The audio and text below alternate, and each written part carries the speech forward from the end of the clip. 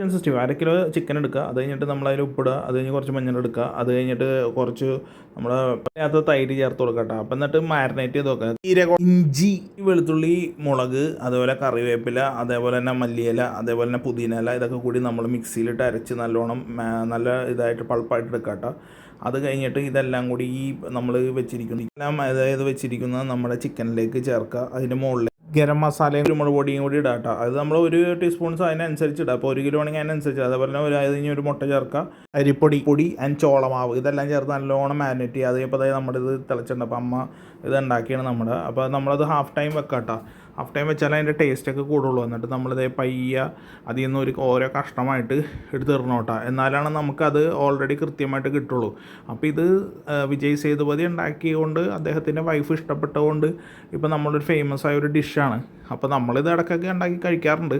അപ്പോൾ നമ്മളിതിപ്പോൾ ഇത് കൃത്യമായിട്ട് നമ്മളുടെ മസാലക്കൂട്ടൊക്കെ പിടിപ്പിച്ചുകൊണ്ട് നമ്മളിത് അടപ്പത്ത് വെച്ച് കൃത്യമായി എണ്ണ ചൂടാക്കി നമ്മൾ കൃത്യമായിട്ട് അതിലേക്ക് കൃത്യമായ ചേരുവകളൊക്കെ ചേർത്ത് ഇങ്ങനെ മാരിനേറ്റ് കുഴച്ച് വെച്ചിരിക്കുന്ന ഇത് ഓരോ കഷ്ണങ്ങളായിട്ട് ചേർത്ത് കൊടുക്കേണ്ട.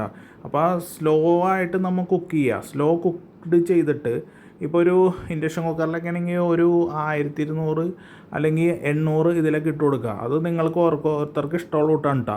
അങ്ങനെ ഇട്ട് കൊടുത്ത് ഓട്ടോമാറ്റിക്കലി ഇതിപ്പോൾ നമ്മൾ നല്ല രീതിയിൽ എണ്ണ തിളച്ച് വന്നിട്ടുണ്ട്. എണ്ണ തിളച്ച് വന്നതനുസരിച്ചിട്ട് നമ്മളുടെ മദർ ഇപ്പോൾ അത് ഓരോ കഷ്ണങ്ങളായിട്ട് ആ ഒരു വെളിച്ചെണ്ണയിലൊക്കെ ഇട്ട് കൊടുക്കുകയാണ് കേട്ടോ.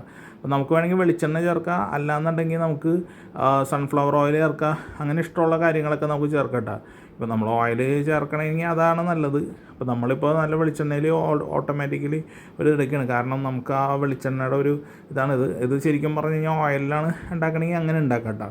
അപ്പോൾ നല്ല രീതിയിൽ ഇങ്ങനെ തിളച്ച് വന്നുകൊണ്ടിരിക്കുകയാണ്. അപ്പോൾ നമ്മളൊരു ആവറേജ് കണ്ടൻറ്റായിട്ട് എടുക്കണം. ആവറേജ് കണ്ടൻറ്റായിട്ട് എടുത്തു കഴിയുമ്പോഴാണ് നമുക്ക് അതിൻ്റേതായ ഒരു ഒരു ക്രിസ്പിനെസ് കിട്ടുള്ളൂ. അതേപോലെ തന്നെ ഇത് കൃത്യമായിട്ട് മറിച്ചിട്ട് കൊടുത്തും തിരിച്ചിട്ട് കൊടുത്തും കൃത്യമായിട്ട് ഇത് വേവിച്ചെടുക്കണം കേട്ടോ. എന്നാലാണ് അതിൻ്റെ ടേസ്റ്റ് ഇറങ്ങുള്ളൂ. അതുപോലെ ഉപ്പ് എപ്പോഴും എല്ലാവരും ശ്രദ്ധിക്കുക. ഉപ്പ് എല്ലാം കൃത്യമായിട്ട് ചേർത്ത് കൊണ്ട് വേണം നമ്മൾ ടേസ്റ്റ് ചെയ്ത് നോക്കിയിട്ട് വേണം ഇതിലേക്ക് കൃത്യമായിട്ട് നമ്മൾ ചേർക്കാനായിട്ട്. അതേപോലെയുള്ള ഉള്ള എല്ലാ ഇതിൻ്റെ മസാലകളും വീണ്ടും അതിൻ്റെ മുകളിലേക്ക് പയ്യൊന്ന് ഓടിച്ചിട്ട് കൊടുക്കുക. എന്തിനാൽ വേറെ ഒന്നുമല്ല, അതിൻ്റെ കൃത്യമായിട്ടുള്ള ആ ഒരു ടേസ്റ്റ്നെസ് കിട്ടാൻ വേണ്ടിയാണ്. അപ്പോൾ നമ്മളെല്ലാവരും ചെയ്യേണ്ടത് എന്താണെന്ന് വെച്ച് കഴിഞ്ഞാൽ ഇത്രയും നല്ല ഒരു കണ്ടൻ്റായിട്ടുള്ള ഈ പറഞ്ഞ ഗ്രീൻ 65 ചിക്കൻ 65 നമ്മൾ ഉണ്ടാക്കുമ്പോൾ അതിൻ്റേതായ ഒരു ടേസ്റ്റ്നെസ്സും അതിൻ്റേതായ ഒരു ക്രിസ്പിനെസ്സും ഒക്കെ കൂടിക്കൂട്ടി നമ്മൾ ഉണ്ടാക്കണം. അതേപോലെ തന്നെ നല്ലപോലെ നമ്മൾ ഇത് തിരിച്ച് ഇട്ട് കൊടുക്കണം കേട്ടോ. എന്നാലും മാത്രമേ വെന്ത് വരുള്ളൂ.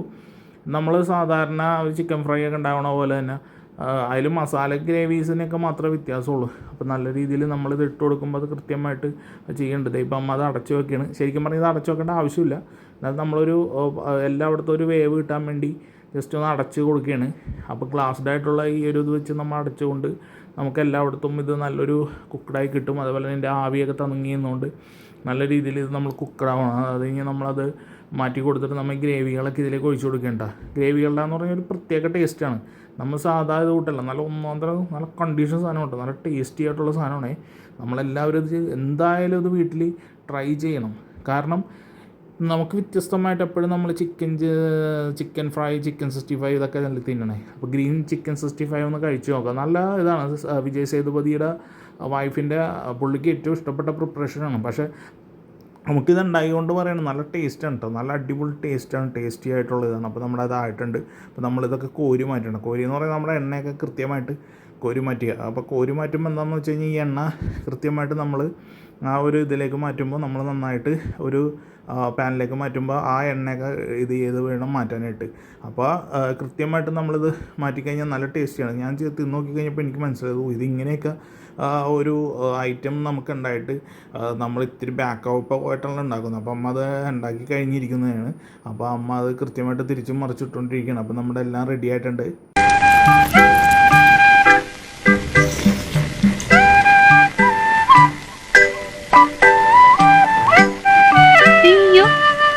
ശകലം മതി എന്ന് പറഞ്ഞിട്ട് നിന്റെ കൈ കൊണ്ട് ഉണ്ടാക്കിയ സ്വാദ് ആ ഷാപ്പിലെ അഴുക്ക.